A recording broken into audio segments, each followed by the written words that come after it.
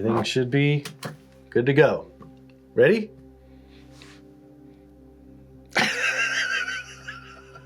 We have to get laughy first, honey. I'm laughing. Okay, that's better. Okay, now we're laughing, so now we can start. I'm Brett. I'm Jen. With Journey to Freedom.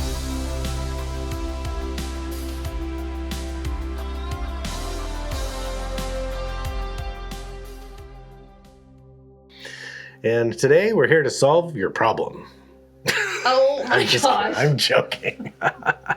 Hey, I'm Brett. I'm Jen. With Journey to Freedom. Today. We're definitely not here to solve your problem. Are you kidding? Yes, we are. Oh, no, we're not. Yes, people have a problem and we're going to present a solution. No. No. Okay, let's start. I was just kidding when I said that. Okay, I believe you. Okay. I'm Brett. I'm Jen. With Journey to Freedom. Hope you guys are having a good day. All right, see ya.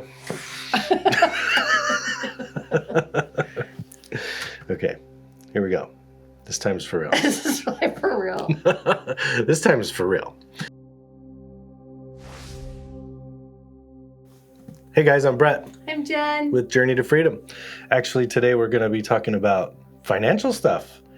Remember how when we first started this channel, it was the journey to financially freedom stuff. Yeah. But it's morphed over the years because we took an 8-year hiatus and we came back. And now we're talking about being spiritually free as well as financially free. Today, this conversation is about tithe, which has to do with finances. And there's a little bug flying around.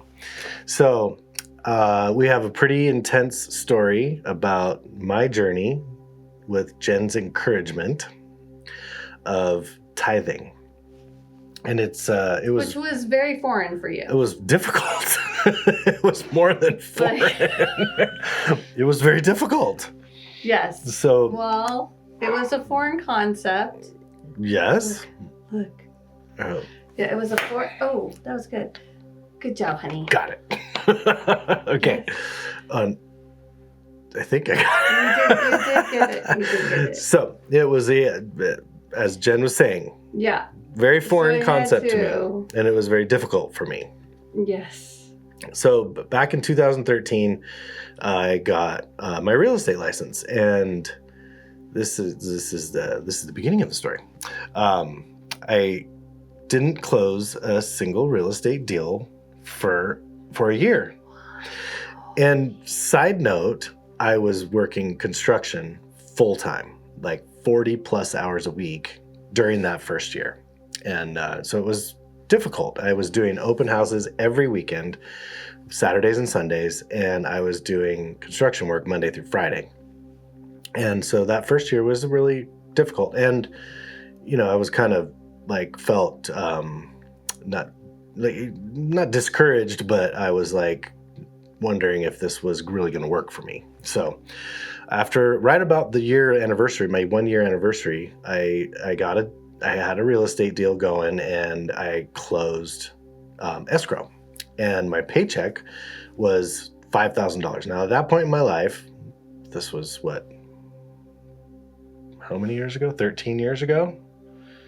I was like 30. No, because it was 2013. Okay. Yes, it was 12, 13 years ago. It's 26 right now. Yeah, it was 12 or 13 years ago. That was like a large amount of money to me. Like that was probably the biggest paycheck I had ever received in my entire life. And I sat there looking at this thing going, wow, if I can do that in one transaction, and if I quit my construction work and focused all my energy on just doing real estate, I could easily get another one of those before the money ran out. And so I was bound and determined, and I told the contractor that I was working for that I was going to be moving into full-time doing real estate, and he was really cool about everything. So Jen talked to me and was suggesting and encouraging me that we should tithe on that money, and that I was, to give, if I was to tithe, we were gonna, ask God who he wanted us to give the money to, or what he wanted us to give the money to, and give someone $500. And to me, I was like, deer in the headlights, like that. This is crazy. And so a little explanation on tithe, biblically speaking. Jen will elaborate on that for us here, just to give us a little background definition, kind of biblical definition of what tithe is. Well, in the Bible, it says that God wants us to give Him our first fruits. And so like in Malachi 3:10, it encourages bringing the full tithe into the storehouse, promising open floodgates of heaven. Deuteronomy 14:22 through 29 outlines the use of the tithe to feed the Levites and support the poor. And Proverbs 3:9 through 10 encourages honoring the Lord with the first and best part of our income. And so I grew up. One little question. Yeah. Wasn't it at the time like your harvest? Isn't that kind of how it reads in the Bible? Like, well, there's another verse that talks about the harvest too. Your first fruits of the harvest. Because a lot of people were farmers back then, and that was like a considered income or something that you would trade. But it's the best. Well, the best of your crop was what the best 10% of your crop. Yes. Of your crop. Yeah. Yeah. And so that was very foreign to Brett, and I was raised that's what we were. My mom, they had their own business, and they always tithed, even when things were really lean. 10%. They were very faithful in that. Yeah. So for me, it was just like what you're supposed to do, and God always provided for my family. And I was not raised in that kind of a culture. Not really a very religious or faith-based family life as a child growing up. So I was encouraging him to do that, and it was a foreign concept. Yeah, and I did not want to do it. I was like, I need every penny to make it to the next sale. Right. And I was going to quit my construction job so that I could focus on real estate, but I didn't have another real estate deal at that point in time. But what it really is about God showing us that He is our provider. Well, right, exactly. So that's like the faith journey. Right, which leads to the next step in the part of timeline, the journey that happened. Yes, so the journey to freedom. Over the exactly, it's really true. Over the next 4 months after that, I closed 5 more deals, and you did tithe. No, I did tithe. You did tithe, and it was rough. Yeah, it was because He won't do anything unless He believes in it. Or you can't make Him do something unless He believes in it. And so He did. He understood on some level that it was truth. Otherwise, you would not have done it. Right. Well, my whole life, I'd always been about helping people.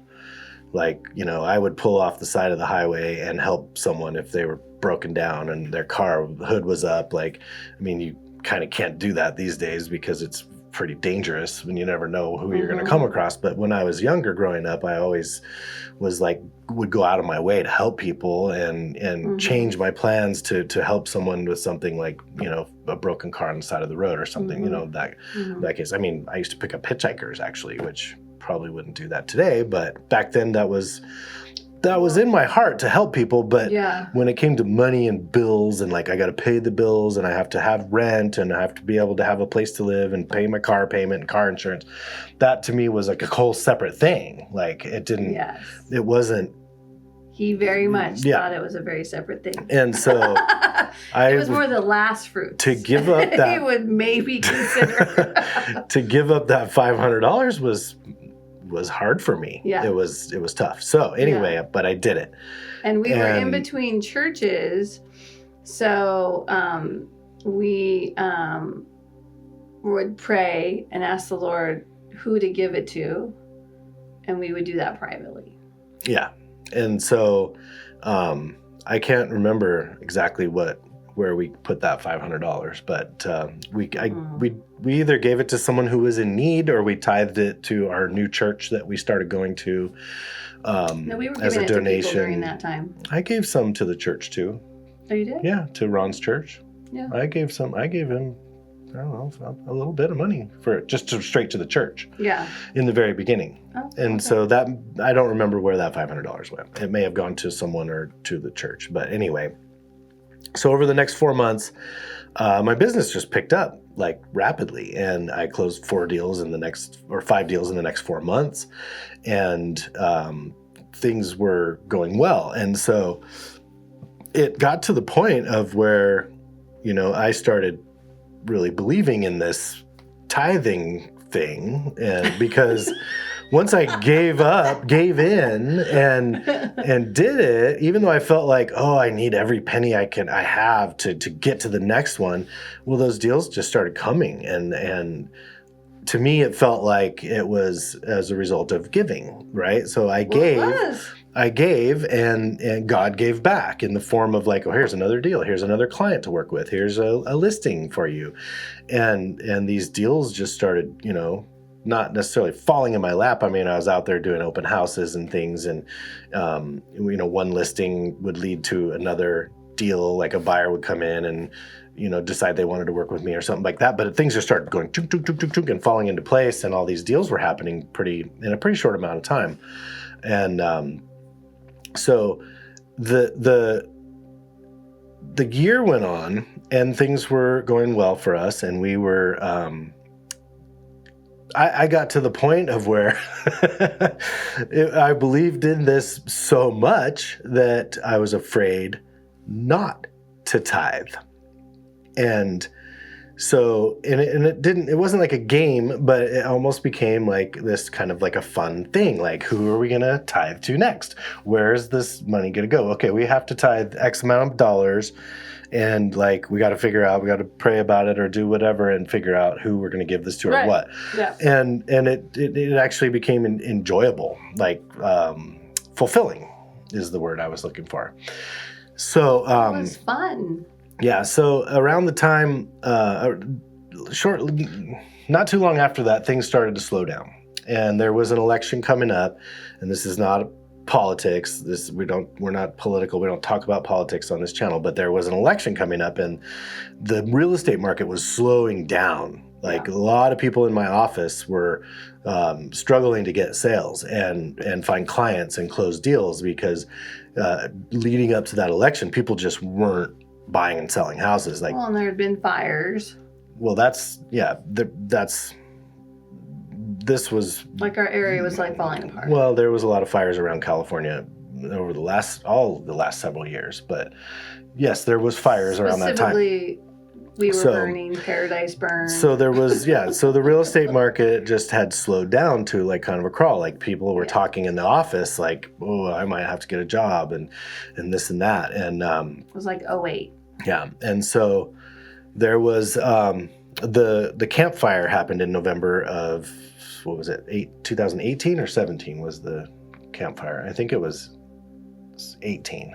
November of 2018, I believe. It was either 18 or 17, and the town of Paradise got turned upside down, and basically 95% of all the buildings burned to the ground, and that was about 15 minutes away from where we lived. And so all of a sudden, the real estate market got turned upside down, and houses were selling like overnight. We had an inventory of 176 houses in the city and within the city limits, and that went down to 7 in less than 1 week.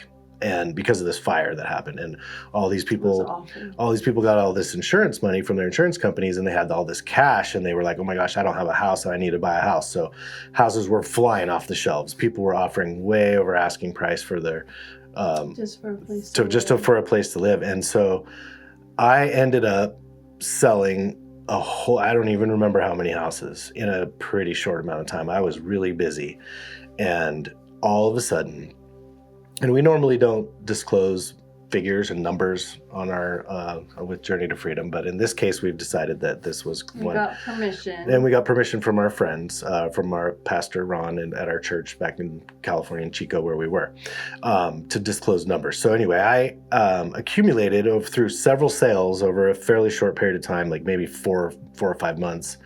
I had, all of a sudden, there was $60,000 in my bank account. And so I felt like God had blessed my business and my family, with this money. And so Jen and I were talking about, like we always had, what we were going to do with this money. I technically or theoretically I had to tithe $6,000. And so we had lots of conversations about maybe a little bit here, a little bit there, or maybe we can do this or that. Maybe we can give it to the church, maybe this person. And so we got to talking, and Jen wants to talk. Well, actually, we were in church one day. I guess we were just kind of wrestling with the Lord because he hadn't really spoken to us. And I was in church one day, and the Lord highlighted our pastor and his wife to me. Yeah, so Pastor Ron at Hope Church in Chico was a very humble man, and he spoke to me. And they both lived. Well, that's what I was going to say. Like, this guy literally drove around in a broken down old truck, would mostly ride his bike around town and give the shirt off of his back. Like, this dude even took 10% of his salary and tithed it back to his own church that he worked for from the salary that they gave him. And like, he was the real deal. He walked the walk and talked the talk. And when he opened, the paradise was burning, I went down to help because everybody was converging, and he opened up his church, and it was not a Red Cross center because he wanted families to be able to stay together, and he wanted the pets to be able to stay with their people. And so he understood that his church would probably need new carpet because it was muddy and raining. It was raining and muddy, and the people came and the volunteers came, and yeah, the whole church did our own system there. The whole church property became a fire camp, refugee camp. Yeah, and the church, they came and they brought food. They would make food. I mean, it was amazing. Yeah, it was. Like, he lived what the Bible says. They lived, and he modeled it from the top down. Yeah, absolutely. 100%. Like I said, and everybody rose up. He walked the walk and talked the talk and walked the walk, like to a T. And so Jen and I decided, and him and his wife, he spent so much time. Susie, he spent so much time focused on the church and the Word of God and spreading the gospel and helping unfortunate people, that, we saw that him and his wife didn't get to do a lot just for each other, like as a couple, as a married couple. Well, so did Susie. They both of them. That's what I said. Him and his wife. Yeah, they just served the community. They just served the community and served the church. It was profound. They're both outstanding. These two, the way they were, and so we saw that, and I think it was Jen that actually had come up with the idea at one point. She was like, honey, maybe we could tithe to Ron and Susie. And well, that's what God highlighted to me. Yeah. And I was like, well, this was you telling me about it. Yeah. And so I thought about it, and I was like, you're right. And I said, but here's the deal. If I tithe to... There was this stipulation. It had to be for that's them. what I'm saying. That's where I'm going. That was God's stipulation. Well, and I said... He wanted them to be together because all this trauma had happened, and he wanted them... And they needed a break. Oh my God. They needed a break. So... They needed a And I told Jen, I said, if I tithe to the church, he's not going to take that money and do anything for him and his wife. He's just going to put it right back into the church. And I said, so I'm going to call Ron, and I'm going to have a meeting with Ron and sit down with him and Susie and his wife. And I'm going to tell them that I'm tithing this money to them, but he can't spend it on the church. And you were not struggling, but a little bit struggling with writing a $6,000. Well, that was a lot of money, man, especially back at that point in my financial journey of careers and life and everything else. Yeah, I mean, I went from, touring the country in a Volkswagen bus following a crazy rock and roll band around to being a hoity-toity realtor, getting voted best dressed realtor, wearing a tie and, selling houses. From Salvation Army. Yeah. So I called Ron and I said, hey, I want to have a meeting with you and your wife, Susie, and just privately. And I couldn't go. And I don't remember why, because you were I was working. working, Okay. yeah. So we had to schedule a time when both of them could be there, and that just didn't jive with Jen's schedule. I ended up showing up a little bit later. Did you? Mm-hmm. I don't remember that. But so anyway, I met with Ron and Susie, and I sat down and explained it all to them, just like we just explained to you. And God had blessed my business, and I had to tithe this money, and I had been tithing, and it was hard for me to start tithing to begin with, and that I saw God blessing us after I started tithing, blessing my business, blessing our finances and our family. And I explained it all to him, and I said, I've got this large sum of money, and I need to tithe $6,000. Well, I didn't tell him that it was $6,000. I had this check that I had written to him and his wife, Ron and Susie, was to pay to the order of. And so they were sitting across the table from me, and actually Susie was sitting right in front of me, and Ron was sitting to the side of her.